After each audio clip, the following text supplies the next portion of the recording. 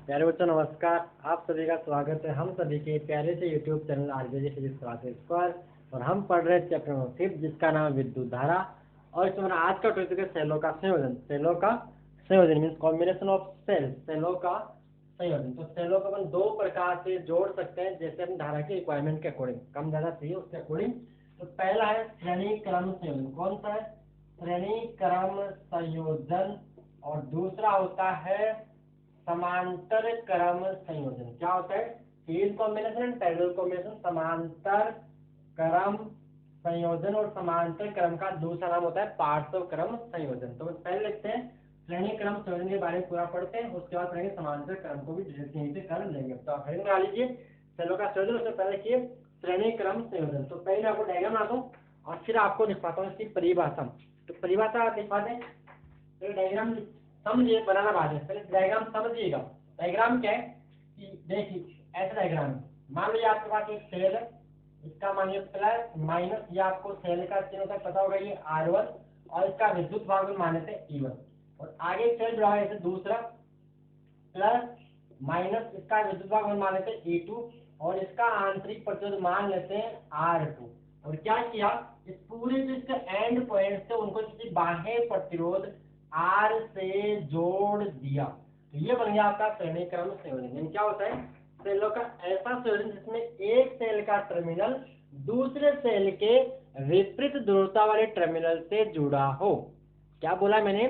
सेलों का ऐसा संयोजन जिसमें एक सेल का टर्मिनल दूसरे सेल के विपरीत ध्रुवता वाले, विपरीत मतलब इसका नेगेटिव इसके पॉजिटिव से जुड़ रहा है, तो ऐसे संयोजन को बोलते हैं सेलों का श्रेणी क्रम संयोजन। दिखा एक के आगे, लेकिन कंडीशन यहाँ पे इसका नेगेटिव इसके पॉजिटिव से जोड़ते हैं। तो देखिए, तो परिभाषा लिखिए, फिर आप डायग्राम बना। पहले परिभाषा लिखिए मेरे साथ, तो कॉपी और पेन उठाइएगा और उसको स्टार्ट कीजिएगा, अपने हाथ को भी चलाना शुरू कीजिएगा। क्या आएगा कि सेलों का ऐसा संयोजन, सेलों का ऐसा संयोजन लिखिए साथ साथ में, सेलों का ऐसा संयोजन जिसमें एक सेल का टर्मिनल, एक सेल का टर्मिनल, इसको बोलते हैं टर्मिनल, ये नेगेटिव टर्मिनल है, ये पॉजिटिव टर्मिनल है। एक सेल का टर्मिनल दूसरे सेल के विपरीत ध्रुवता, विपरीत ध्रुवता मतलब इसका नेगेटिव इसके पॉजिटिव से जुड़ा, दूसरे सेल के विपरीत ध्रुवता वाले टर्मिनल से, विपरीत ध्रुवता वाले टर्मिनल से संयोजित हो या जुड़ा हो, टर्मिनल से जुड़ा हो तो इसे सेलों का, जुड़ा हो तो इसे सेलों का श्रेणी क्रम, तो इसे सेलों का श्रेणी क्रम संयोजन कहते हैं। सेलों का श्रेणी क्रम संयोजन कहते हैं। और फिर क्या किया, जो इसके एंड पॉइंट है, इसके कौन से, मान लो पॉइंट ए है और ये पॉइंट बी, समझ गया? इस सेल का एक सिरा बी और एक सिरा ए, और इस सेल का दूसरा सिरा बी, यानी इस सेल का जो पॉजिटिव कहाँ जोड़ते हैं यहीं पे, और ये मान इसका पॉइंट सी। और इसके जो एंड पॉइंट इसके अंत्य सिरे उनको किसी बाह्य प्रतिरोध आर से जोड़ दिया और मान लो से करंट आई निकल रही है। श्रेणी क्रम में धारा समान रहती है, यहाँ पे करंट आई निकल रही है। ठीक है, यहाँ पे अब अपन क्या करते हैं, अपन बहुत सारे सेल ना लगा के एक ही लगाना चाहे तो उस सेल का मान कितना होगा, उस सेल का विद्युत भाग बल क्या होगा, उसको हम चेंज कर देते। कैसे? इन सबको उठा के 5-7 को उठा के एक लगा देते हैं। तो मान लेते हैं कि जो तुल्य विद्युत भाग बल है वो ई इक्विवेलेंट है। इक्विवेलेंट तुल्य, और तुल्य जो आंतरिक प्रतिरोध है वो मान लेते हैं आर इक्विवेलेंट है। और इसको बाह्य प्रतिरोध में, ये बाह्य प्रतिरोध कैपिटल आर में धारा जा रही है, ये आपका हो गया बाह्य प्रतिरोध। तो ये इसका बन गया तुल्य परिपथ। ठीक है, इन दो को उठा के एक ही लगा दे तो ये हो गया तुल्य विद्युत भाग बल, हो गया तुल्य आंतरिक प्रतिरोध। स्मॉल आर समझते हो? ये तो आपको पता है, सेल का साइन सबको पता है। ये स्मॉल आर का आंतरिक प्रतिरोध, ये होता है इसका विद्युत वाहक बल। विद्युत वाहक बल क्या होता है, टर्मिनल वोल्टेज क्या होता है, मैं आपको सब कुछ पहले इससे पिछला वीडियो में बता चुका हूँ। तो आप परिभाषा लिख के ये डायग्राम बना लीजिए, इसके बराबर में डायग्राम बनाना। ठीक है, फिर आगे बात करते हैं। ठीक है, आगे अब देखिए डायग्राम बना लीजिए, थ्योरी लिखने के बाद डायग्राम बना लीजिए और फिर आगे देखिएगा। तो आगे स्टार्ट कर लेते हैं। ठीक है, डायग्राम बन गया होगा आपका। चलो मैं इसको परिभाषा में यहाँ से हटा देता हूँ। अब क्या किया अपन ने, अब जो आपने काम किया है डायग्राम बनाने के बाद, जो आपने डायग्राम बनाया उसको लिख दीजिए। क्या कि माना कि दो सेल जिनके विद्युत वाहक बल, आपने जो मान लिख दीजिए, जिनके विद्युत वाहक बल, आप पूरा देना, विद्युत वाहक बल E1 व E2 है, वह इनके आंतरिक प्रतिरोध क्या है, क्या मान रखे अपने R1, वह इनके आंतरिक प्रतिरोध, वह इनके आंतरिक प्रतिरोध क्रमशः है, क्या मान रखे अपने R1, स्मॉल R1 व R2 है, वह इनको इनके अंत्य सिरों को बाह्य प्रतिरोध R से जुड़ा हुआ है, इनके अंत्य मतलब एंड पॉइंट से बाहर वाले, वह इनके अंत्य सिरों को बाह्य प्रतिरोध R से, वह इनके अंत्य सिरों को बाह्य प्रतिरोध कैपिटल R से जोड़ा गया है। लिख लिया यहाँ तक। अब देखिए, अब हम लोग काम करना, अब समझने का टाइम आपका आ गया, तो कॉपी और पेन आप बंद कर दीजिए और अब समझिए। यहाँ तक उतारने के बाद अब समझना स्टार्ट कीजिए। तो मैं इसको यहाँ से डायग्राम को थोड़ा सा हटा लूँ, ठीक है, नीचे आप ये उतार लीजिए। जो क्या माना कि माना दो से जिनके विद्युत वाहक बल E1 व E2 व आंतरिक प्रतिरोध R1 व R2 है, वह यहाँ यहाँ लिख देना। इसके बाद वह श्रेणी क्रम में जुड़े, इनके वह श्रेणी क्रम में जुड़े तथा इनके अंत्य सिरों को बाह्य प्रतिरोध R से जोड़ा गया है। ये हो गया आपकी स्थिति। जो डायग्राम को एक्सप्लेन करना है, डायग्राम को अपने शब्दों में एक्सप्लेन करना है, ठीक है, और कुछ नहीं इसमें करना। चलो आगे आ जाइए। जो आप जिस चीज के लिए आप आए थे तो उस चीज को देखिए, आपको समझना तो ग्रेजुएशन है। तो देखिए सेल E1 के सेल E1 के सिरों पर टर्मिनल वोल्टेज, सेल E1 के सिरों पर टर्मिनल वोल्टता, तो क्या बोल रहे उसको, इसके सिरों पर टर्मिनल वोल्टेज कितनी है, VAB। उसका मान क्या आएगा, उसका मान होगा E1 माइनस IR1। V बराबर आपने पढ़ा था टर्मिनल वोल्टेज क्या होती है, V बराबर E माइनस IR। ये होती है किसी सेल की टर्मिनल वोल्टेज, तो V बराबर E माइनस IR। तो V बराबर इसका विद्युत वाहक कितना है E1, करंट से कितना निकल रहा है I, और इसका आंतरिक प्रतिरोध VAB E1 माइनस IR1, समीकरण नंबर 1 बोल दिए। इसी प्रकार सेल E2 के कारण या सेल E2 के सिरों पर टर्मिनल वोल्टेज, सेल E2 के सिरों पर टर्मिनल वोल्टेज क्या लिखेंगे, उसको लिख दीजिए VBC बराबर क्या आएगा, E2 minus IR2। I change नहीं होगा क्योंकि श्रेणी क्रम में विद्युत धारा का मान समान रहता है। समीकरण नंबर 2। तो देखिए A व C के मध्य कुल विभवांतर, A व C के मध्य कुल विभवांतर, बोलो क्या आएगा, जो इसके सिरों पर वोल्टेज है वो और इसके सिरों पर वोल्टेज वो सारा भाई, यहाँ कितना है वो, यहाँ कितना है, जो विभवांतर के राशि अदिश राशि सिंपल जोड़ सकते हैं अपन, अदिश तो सदिश तो है नहीं ना, जितना यहाँ है वो देख लीजिए, जितना यहाँ वो देख लीजिए, दोनों को जोड़ दीजिए, तो क्या आएगा, इसको यहाँ लिखते हैं VAC। क्या लिखते हैं, A व C के मध्य कुल विभवांतर, वो क्या आएगा, इस डायग्राम में हटाता हूँ, इस डायग्राम में आपसे हटा रहा हूँ, क्या आएगा देखिए VAC बराबर, एक मिनट थोड़ा सा, VAC बराबर क्या आएगा, VAB प्लस VBC। यहाँ पे कितना है वो प्लस यहाँ कितना है वो, दोनों को जोड़ दीजिए। अब VAB का मान कितना है, VAB का मान है E1 माइनस IR1 और VBC का मान कितना है, E2 माइनस IR2। तो ये बन गया VAC बराबर, इसको आप समीकरण नंबर कुछ देखिए, छोड़ दिए, समीकरण नंबर 3 देखिए, इसको छोड़ लीजिए। अब देखिए यहाँ से इसको समझ रुको, पहले एक काम करना, यहाँ पे VAC बराबर E को 7 लिख दो और R को 7, यानी E1 प्लस E2, ये तो लिखा 7 में, माइनस IR1 माइनस IR2, यहाँ से I कॉमन माइनस भी कॉमन, इसको लिख देते एक साथ, minus I into R1 plus R2, इसको समीकरण नंबर 3 बोल दीजिएगा, ठीक है।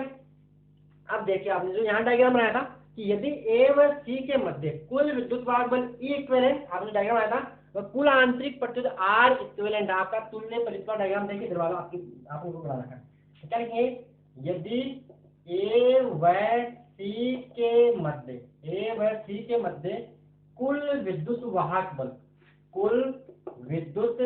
वाहक बल E इक्विवेलेंट वह कुल आंतरिक प्रतिरोध, वह कुल आंतरिक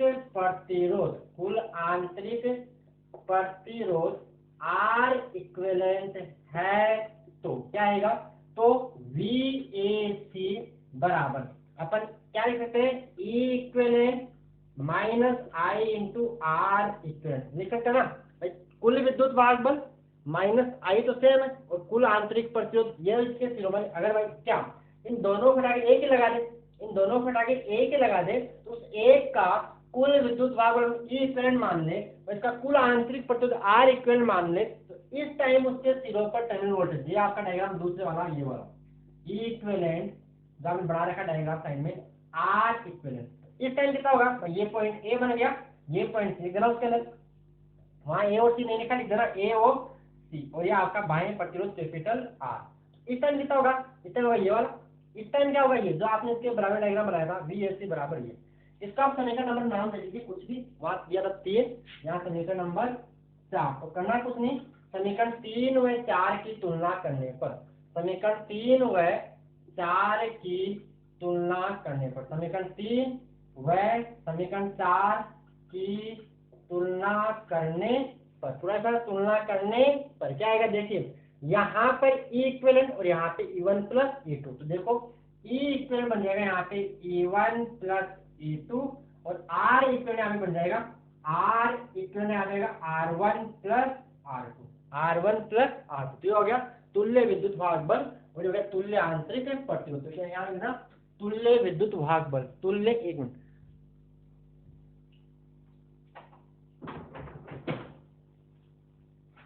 तो ये क्या आ गया आपका तुल्य विद्युत, ध्यान रखोगे तुल्य विद्युत वाहक बल, और यहाँ लिखोगे तुल्य आंतरिक प्रतिरोध, तुल्य आंतरिक प्रतिरोध। ये कर आ गया E1 plus E2, E1 plus E2 क्या लिखना, चलो क्या लिखोगे, यहाँ का तुल्य विद्युत वाहक बल E इक्विवेलेंट बराबर E1 प्लस E2, और यहाँ लिखोगे नीचे तुल्य आंतरिक प्रतिरोध R इक्विवेलेंट बराबर R1 plus R2, R1 plus R2। तो यहाँ तक आपको नोट कीजिए, यहाँ का आ गया तुल्य आंतरिक प्रतिरोध का फॉर्मूला और तुल्य विद्युत वाहक बल का फॉर्मूला यहाँ से आपको मिल गया। ठीक है, यहाँ तक।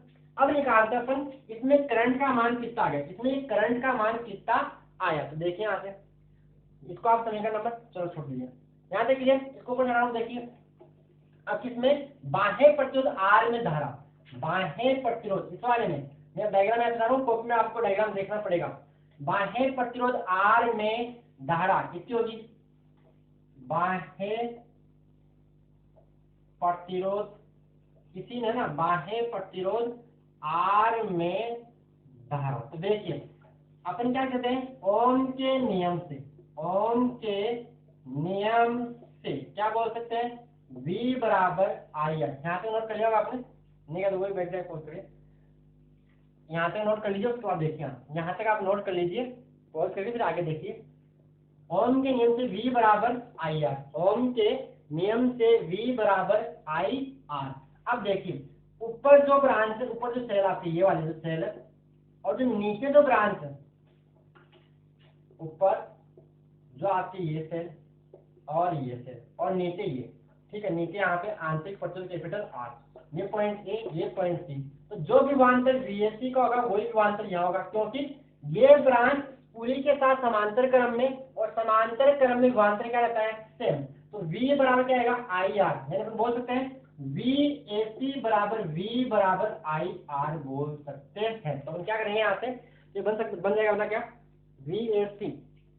VAC बराबर ये, और VAC का होने के सारा V बराबर IR यहाँ से आ रहा है। तो देखिए यहाँ क्या लिखेंगे अपन, IR बराबर क्या बन जाएगा, E इक्विवेलेंट माइनस, इसको समीकरण नंबर दे दिए, समीकरण नंबर 5। तो समीकरण 4 व 5 से, समीकरण 4 व 5 से क्या आएगा, V बराबर यानी IR बराबर क्या आएगा, ये रहा E equivalent minus I into R equivalent. तो देखिए यहाँ से इसको ले आई तो IR बराबर आई इंटू आर इक्विवेलेंट बराबर ई इक्विवेलेंट। तो ये तुल्य विद्युत भाग बोले तुल्य प्रतिरोध, तुल्य आंतरिक प्रतिरोध। तो यहाँ से आई कॉमन आ गया, तो capital R plus small R equivalent बराबर ई, और यहाँ पे ई क्यू। तो यहाँ से आई का मान मिल जाएगा आपको ई इक्विवेलेंट, और आप इसको नीचे ले आइए तो बन जाएगा capital R plus small R equivalent. ये आ गया आपकी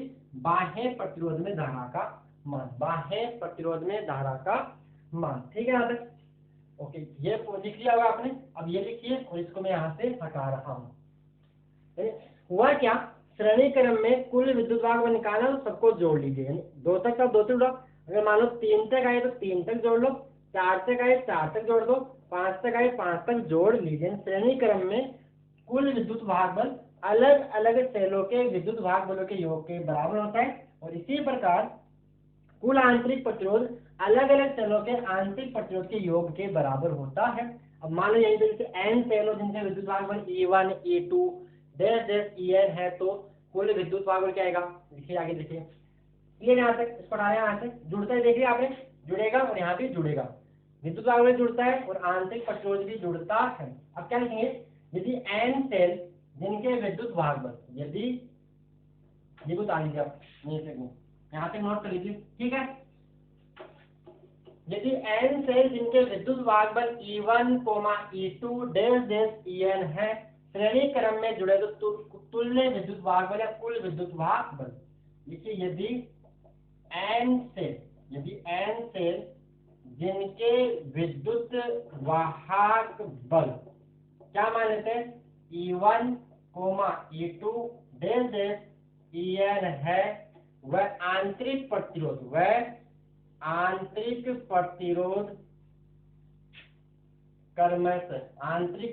क्रमशः क्या मान लेते हैं, R1, R2 dash dash Rn है। तो इक्वेशन क्या है, जुड़ना है सिंपल, तो क्या बन जाएगा E1 plus E2 plus plus कहाँ तक En तक, और R इक्वेशन क्या बन जाएगा, सबको जोड़ दीजिए, R1 plus R2 plus R3 plus plus Rn, simple जुड़ता है। ये हो तो क्या हो गया एक के। यदि दूसरा मानो सभी का मान बराबर हो, यदि सभी सेलों के विद्युत भाग बल बराबर है, सभी ई है और सबका आंतरिक प्रतिरोध सबका बराबर है, तो क्या होगा देखिए, यदि सभी सेलों का विद्युत वाहक बल समान हो, क्या हो, समान हो, वह आंतरिक प्रतिरोध भी समान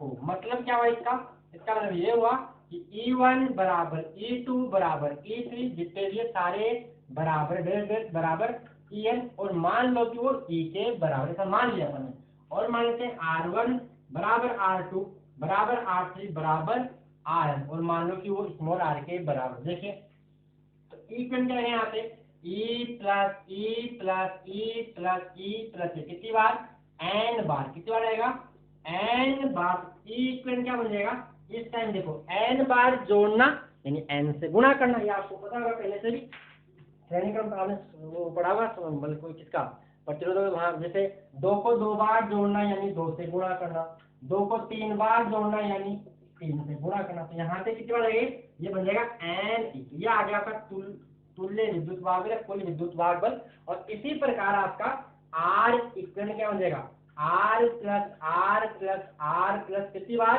n बार, कितनी बार, n बार, n है ना, तो R इक्वल यहाँ से क्या आएगा, n इंटू स्मॉल r, ये आपका बन जाएगा तुल्य प्रतिरोध का फॉर्मूला। तो यहाँ तक क्लियर हो गया आपको, धारा का मान इस टाइम निकालना तो निकाल सकते हैं। इस टाइम की धारा कितनी होगी भाई, धारा क्या होती है, धारा यदि E equivalent upon capital R plus R equivalent, तो इस टाइम जो धारा होगी, इस टाइम जब सारे समान हो तो इस टाइम करंट बनेगा आपका कितना, I बराबर E इक्विवेलेंट कितना है, n E के बराबर है, कैपिटल R प्लस यहाँ पे R इक्विवेलेंट किसके बराबर है, n R के बराबर। अगर यहाँ से n को कॉमन ले लें तो बन जाएगा E, यहाँ से n जब कॉमन लेंगे तो क्या बन जाएगा, यहाँ से n को कॉमन लेंगे तो बन जाएगा capital R plus capital R by n, ठीक है, ये लिखा कैपिटल R प्लस, ठीक है, यहाँ पे E बाई, कैसे किया, यहाँ से n कॉमन है तो इसको ये भी लिख सकते हैं इस फॉर्मूले को, कैसे, यहाँ से n कॉमन हो गए तो कॉमन लेने का मतलब भाग देना, इसमें भाग दोगे तो क्या देखिए आई बराबर एन से एन तो चला जाएगा भाई, ऐसा हुआ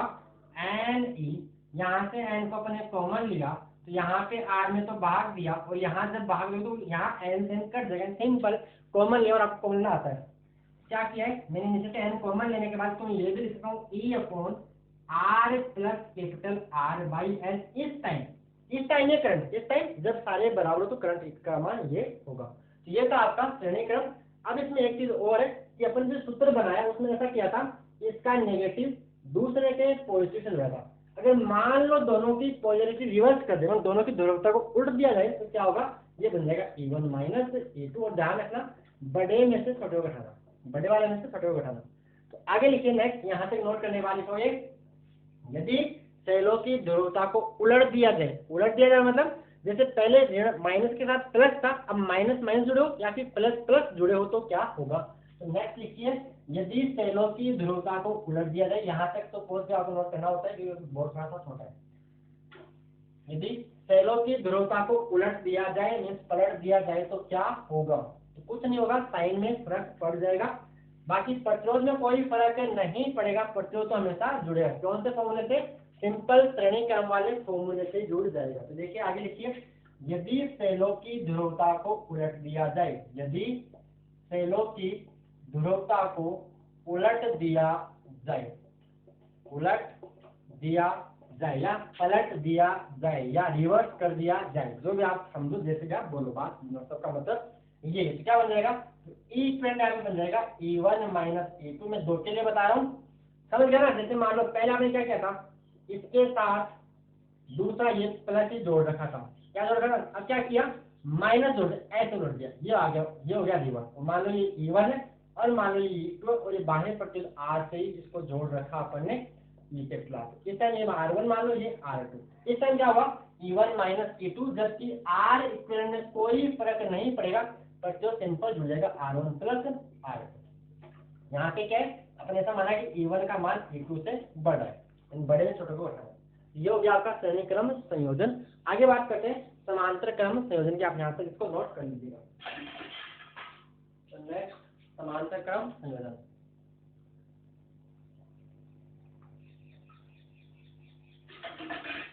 जिसका दूसरा नाम होता है पार्श्व क्रम संयोजन। आगे लिखिए, सेलों का समांतर क्रम संयोजन, सेलों का समांतर क्रम संयोजन या पार्श्व क्रम संयोजन या पैरेलल कॉम्बिनेशन ऑफ सेल, कुछ भी आप बोल सकते हो। तो यहाँ पे क्या है देखिए,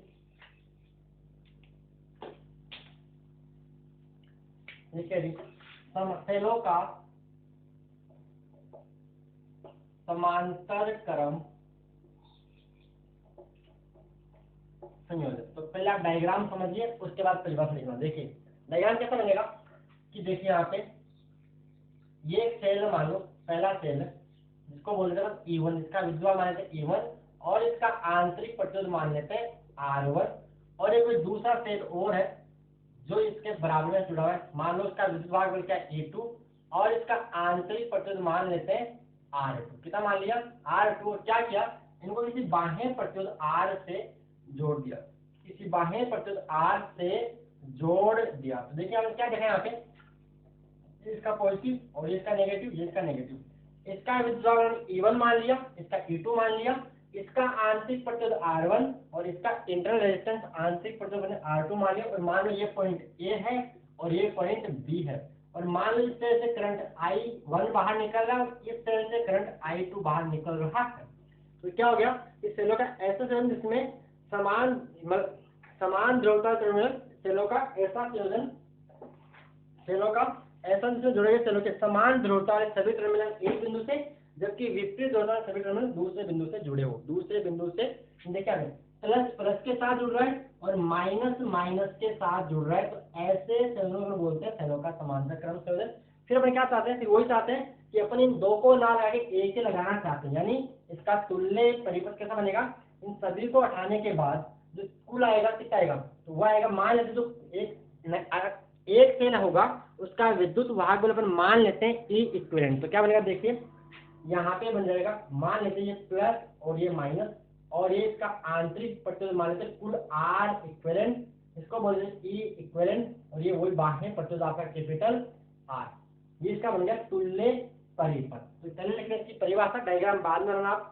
क्या, सेलों का ऐसा संयोजन, लिखिए परिभाषा साथ में लिखिए, सेलों का ऐसा संयोजन, सेलों का ऐसा संयोजन जिसमें समान ध्रुवता, समान समझिए प्लस प्लस के साथ और माइनस माइनस के साथ, सेलों का ऐसा संयोजन जिसमें समान ध्रुवता वाले सभी टर्मिनल, समान ध्रुवता वाले सभी टर्मिनल एक बिंदु से, सभी टर्मिनल एक बिंदु से, जबकि एक बिंदु से, जबकि विपरीत ध्रुवता वाले, जबकि विपरीत ध्रुवता वाले सभी टर्मिनल, विपरीत ध्रुवता वाले सभी टर्मिनल दूसरे बिंदु से, दूसरे बिंदु से जुड़े हो, दूसरे बिंदु से जुड़े हो, सेलों का समांतर क्रम संयोजन कहलाता है। सेलों का समांतर क्रम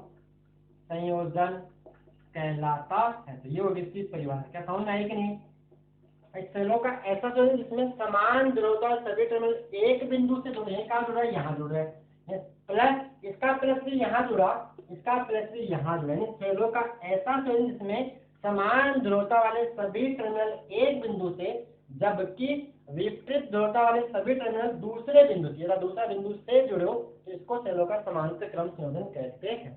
अब आप डायग्राम बनाओगे, अब बनाइए डायग्राम, और फिर क्या लिखेंगे? डायग्राम को एक्सप्लेन करना है। क्या करना है कि माना कि दो सेल जिनके विद्युत भागफल E1 व E2 है, वह इनके आंतरिक प्रतिरोध R1 व R2 है, चित्रानुसार समांतर क्रम में जुड़े हैं। वह चित्रानुसार समांतर क्रम जुड़े, इनके अंत्य सिरों को बाह्य प्रतिरोध कैपिटल R से जोड़ा गया है। लिखे आगे। यहाँ तक आगे परिभाषा लिखने के बाद डायग्राम बना लीजिए। मैं इसको परिभाषा में यहाँ से हटा रहा हूँ। देखिए आगे, देखिए अब डायग्राम को एक्सप्लेन करना है, कुछ नहीं करना, डायग्राम को सिर्फ परिभाषित करना है, डायग्राम को की व्याख्या करनी है, जो भी आप समझे।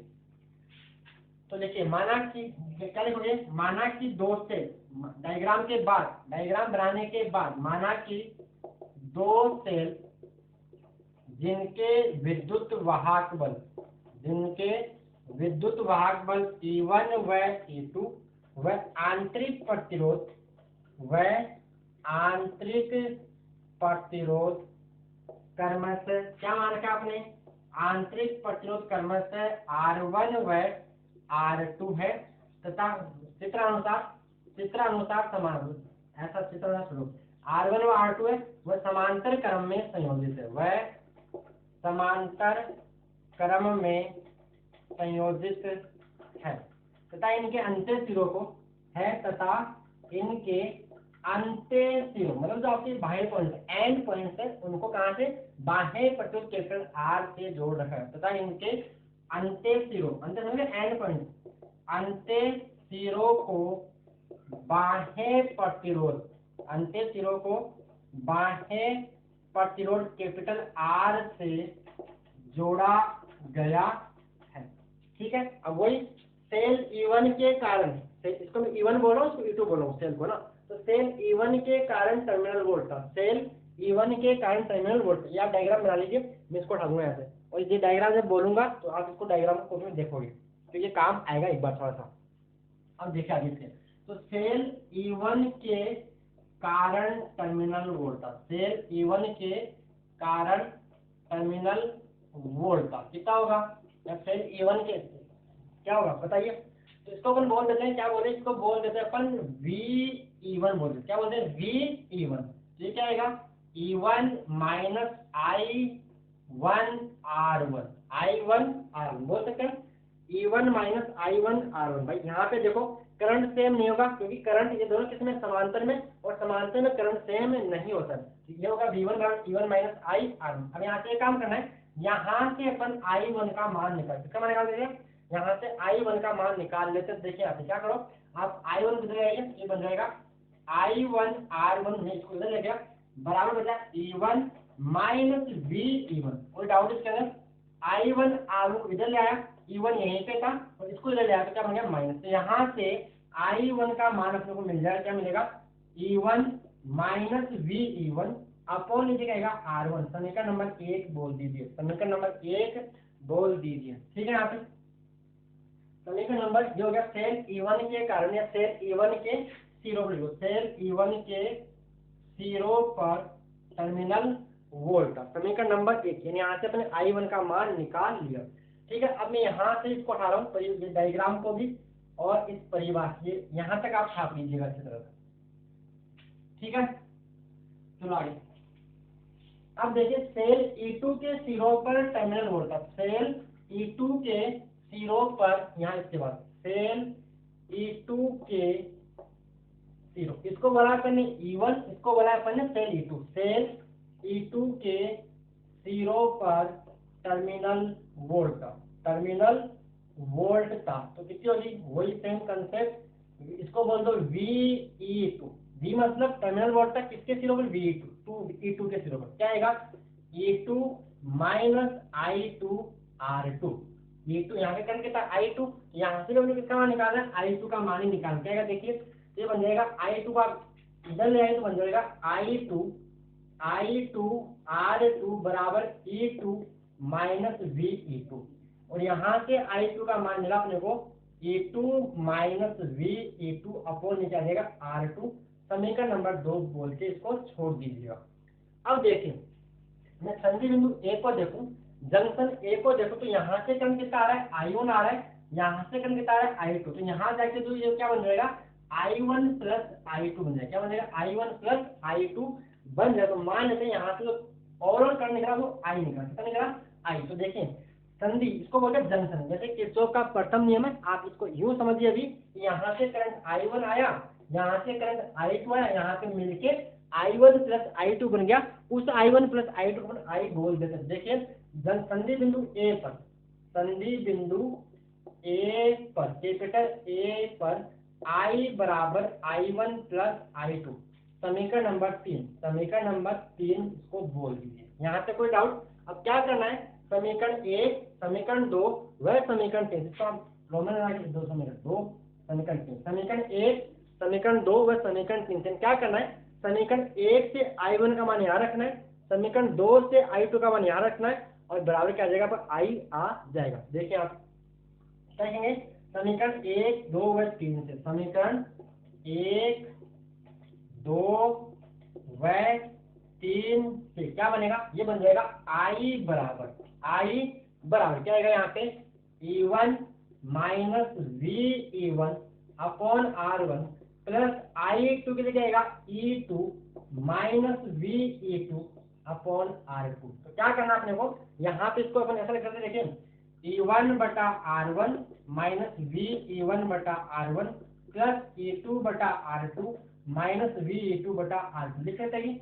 ये R1 का डिवाइड इसमें भी होगा, भाग इसमें भी जाएगा, इसका भाग इसमें भी और इसमें भी, इसको ऐसे लिख सकते हैं और इसको ऐसे लिख सकते हैं। ये लाइन में यहाँ से हटा रहा हूँ, ये आपको समझ में आ गया। मैं इसको सीधा लिख रहा हूँ, कैसे मैं इसको लिख रहा हूँ, E को तो मैं 7 लिख रहा हूँ और V को मैं 7 लिख रहा हूँ, E को 7 और V को 7, तो ये क्या बनेगा, ये बन जाएगा यहाँ से, इसको मैं यहाँ से लिख रहा हूँ, इसके बाद मैं यहाँ लिख रहा हूँ, इसके बाद यहाँ जाइए, इसके बाद यहाँ क्या आएगा, देखिए I बराबर E1 upon R1 plus E2 upon R2, ठीक है।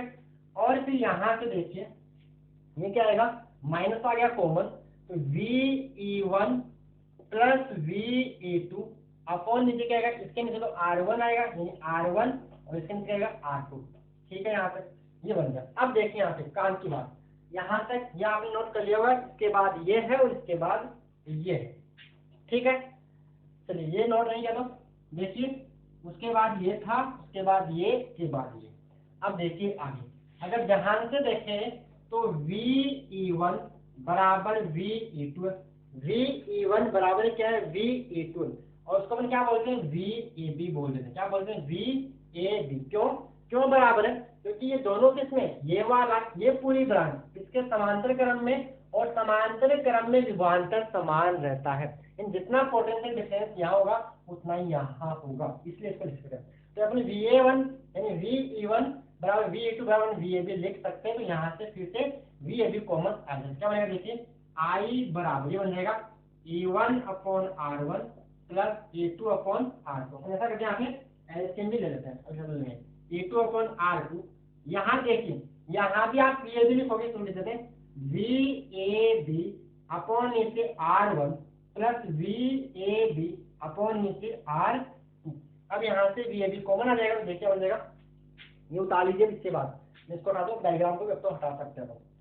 ठीक है, हटा डायग्राम को भी, और ये सारा हटा रहा हूँ। अब आप यहाँ तक नोट आपने कर लिया होगा, समझ में आ रहा होगा, अच्छे तरह से आप देख लो तो आ रहा होगा, ऐसी अच्छी बात नहीं।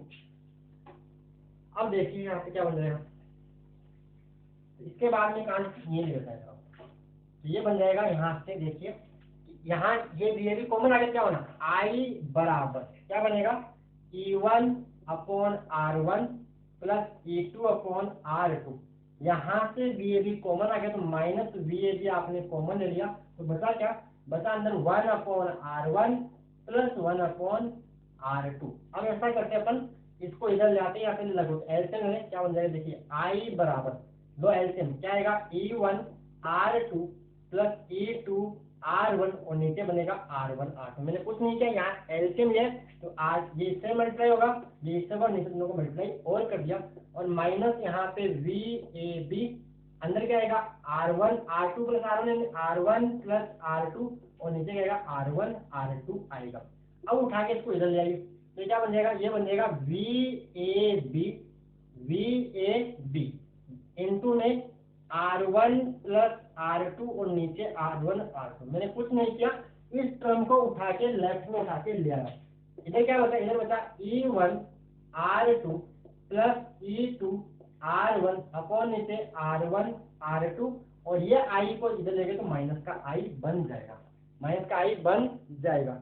अब देखिए यहाँ से क्या बन जाएगा, इसको इधर डिवाइड ले जाइए तो वी ए बी बराबर E1 R2 plus E2 R1 upon नीचे R1 R2, और ये इसके डिवाइड करेंगे तो R1 plus R2 upon R1 R2 minus I, और I के डिवाइड में ये आएगा R1 प्लस R2 अपॉन नीचे R1 R2। तो जहां से देखें यहाँ तो R1 से R2 कट गया, तो वी ए बी बराबर क्या बचा E1 R2 plus E2 R1 upon नीचे R1 प्लस R2, और यहाँ ये R1 R2 ऊपर जाएगा तो क्या बनेगा I into R1 R2 upon नीचे R1 प्लस R2। इसको आप समीकरण नंबर कितना देगा 3, वहां तक इसको समीकरण नंबर 4 बोल दीजिए, समीकरण नंबर 4, इसको समीकरण नंबर 4 बोल दीजिए। ठीक है आगे, अब देखिए वो डायग्राम वापस बनाते हैं तुल्य वाला, कि आपने ऐसा बनाया था E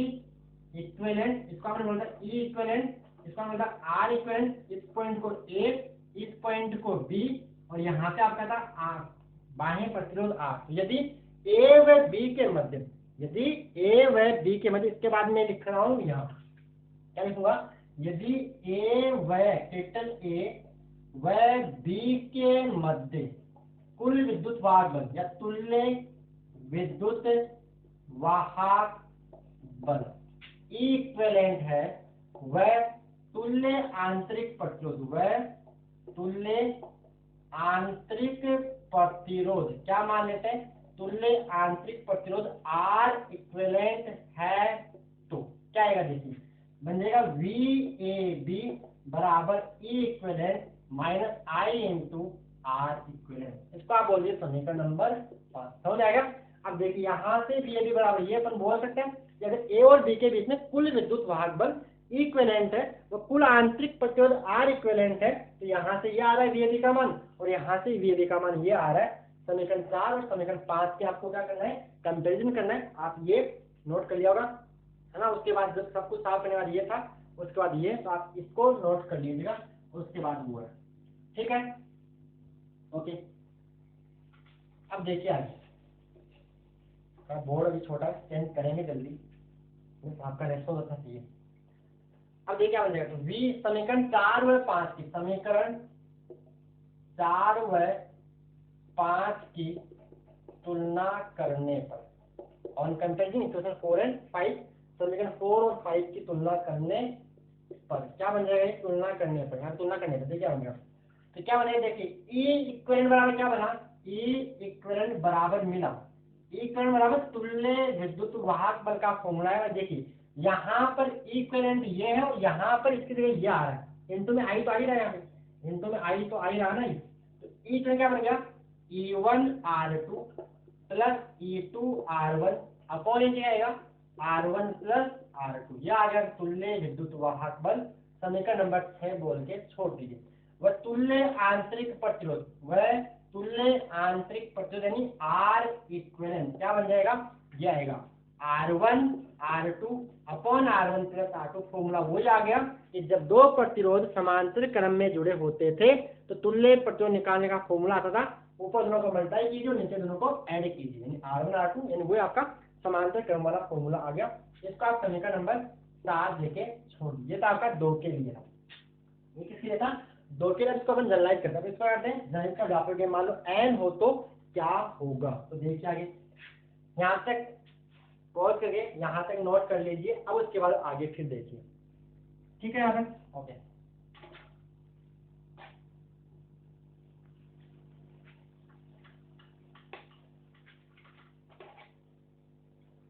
तो क्या बनेगा देखिए, अब देखिए समीकरण 6 यहाँ तक क्लियर।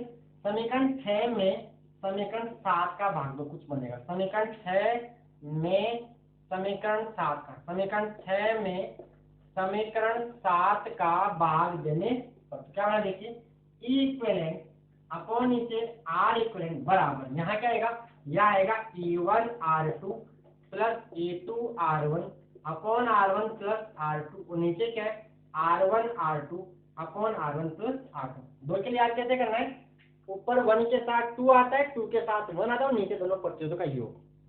1 के साथ 2, 2 के साथ 1 और नीचे दोनों प्रतिरोधों का योग। अब देखिए नीचे R1 प्लस R2 से तो गया, तो बचा क्या, ये बचा मेरे पास R equivalent, sorry E equivalent upon R equivalent बराबर क्या बचेगा, ये बचा E1R2 प्लस E2R1 और नीचे बचा इनटू में ये तो गया ना, इससे तो कट गया, यहाँ भी R1 प्लस R2, यहाँ भी R1 प्लस R2, तो बचा क्या R1 R2। इसको हम बोल सकते हैं E equivalent upon R equivalent बराबर।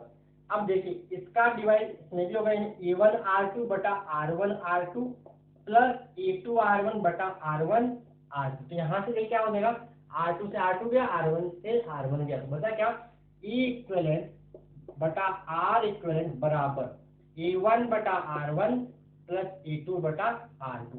ठीक है, ये 2 के लिए आ गया। ये समझ E इक्विवेलेंट क्या है, तुल्य विद्युत वाहक बल, तुल्य आंतरिक प्रतिरोध। तो 2 के लिए ये तो n हो तो क्या n तक जोड़ लेंगे। तो क्या लिखेंगे, यदि n सेल जिनके विद्युत वाहक बल क्या मान लेते हैं E1 E2 E3 En है, तो तुल्य विद्युत वाहक बल व तुल्य आंतरिक प्रतिरोध में संबंध क्या बनेगा, यदि n सेल जिनके विद्युत वाहक बल क्या मान लेते हैं E1 E2 En है, वह इनके आंतरिक प्रतिरोध हो गए R1 R2 Rn है, तो क्या आएगा E equivalent upon R equivalent बराबर E1 upon R1 plus E2 upon R2 plus E3 upon R3 plus En upon Rn। यह उसका हो गया जनरलाइजेशन, इसका व्यापकीकरण ऐसा अपन लिख सकते हैं। फिर यहाँ से इसको हम बोल सकते हैं E इक्विवेलेंट बराबर क्या आएगा, E1 R1 plus E2 R2 plus En upon Rn। और क्या कीजिए, ये R इक्विवेलेंट यहाँ पे किस डिवाइड में, इसको आप इधर इंटू में, तो R इक्विवेलेंट यहाँ पे क्या है, तुल्य आंतरिक प्रतिरोध। स्मॉल r तो क्या है, बैटरी का आंतरिक प्रतिरोध, सेल का आंतरिक प्रतिरोध है। तो आप यहाँ तक इसको नोट कीजिए, ये सब कुछ। इसके बाद यहाँ तक कीजिए, मैं इसको हटा दूंगा। ओके, यहाँ तक चलिए आगे। अभी सभी का मान बराबर तो क्या होगा, सभी का मान क्या हो, E हो और सभी के प्रतिरोध भी स्मॉल r हो। तो देखिए क्या होगा, तो आगे लिखिए, इसको हटा दूंगा, यहाँ से पूरा हटा दूंगा। आप यहाँ तक पूरा नोट कीजिए, बस ये मैं रख रहा हूँ, मैं सभी को यहाँ से हटा रहा हूँ। क्लियर।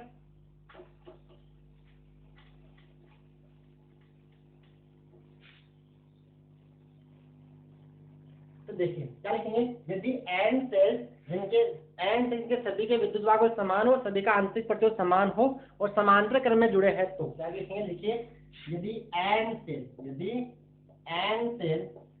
जिनके सभी के विद्युत वाहक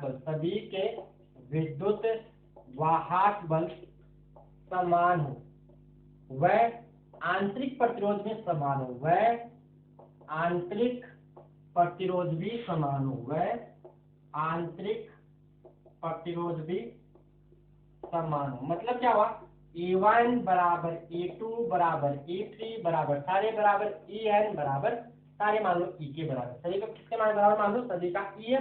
और मान लेते हैं R1 बराबर R2 बराबर R3 बराबर Rn बराबर मान लीजिए R। तो देखिए यहाँ पे क्या बनेगा, तो पहले क्या करना है, देखिए यहाँ पे कितनी बार आ रही है, E by R E by R E by N, क्या बनेगा देखो, E इक्वलेंट अपॉन, ये लिख रहा हूँ इसी में लिख रहा हूँ, अपॉन R इक्वलेंट बराबर कितना आएगा, E by R plus E by R plus plus कहाँ तक E by R, E by R E by R E by R कितनी बार आएगा, E by R E by R कितनी बार, N बार। तो N बार जोड़ना मतलब N से मल्टीप्लाई करना, N से गुणा करना, इसको हमने है क्या, E equivalent upon R equivalent बराबर N E बाई आर। अब यहाँ से आपने बताइए R इक्वलेंट क्या होगा, अगर आपने समांतर का फॉर्मूला पढ़ा होगा कि N प्रतिरोध इनके सभी के मान समान हो तो तुल्य प्रतिरोध R इक्वल आता था R बाई एन, क्या आता था R बाई एन, कहाँ पर, समांतर क्रम में।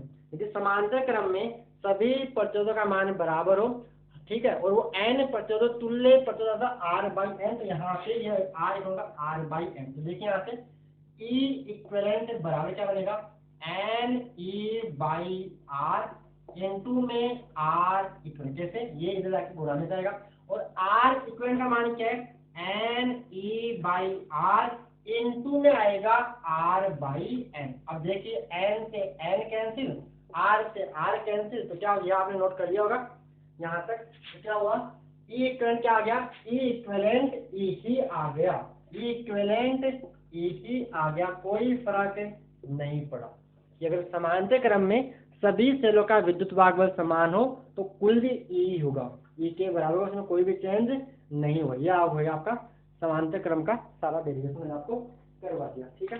समांतर क्रम यहाँ तो हो गया।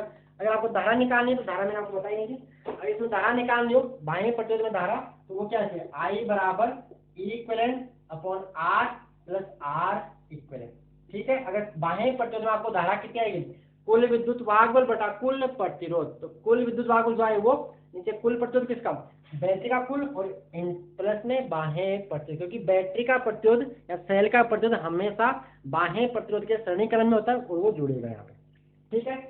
इस केस में आपको करंट निकालना है, इस वाले केस में अगर आपको, इस वाले केस में सेम वाले में क्या आएगा, I बराबर कुल विद्युत भागबल कितना आ रहा है, E आ रहा है, और आंतरिक प्रतिरोध R है, और यहाँ पर कुल कितना आ रहा है R बाई एन। इस केस में आपकी धारा नहीं, इस वाले में कब, जब सभी का विद्युत भागफल समान है तो आपका आएगा करंट ये R बाई एन इस केस में। तो ये था आपका सेलों का समांतर क्रम संयोजन। आगे हम करेंगे विद्युत ऊर्जा और विद्युत शक्ति, एक ही वीडियो में पूरा कर लेंगे, ठीक है।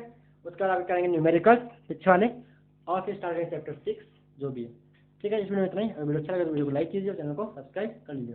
ओके, धन्यवाद।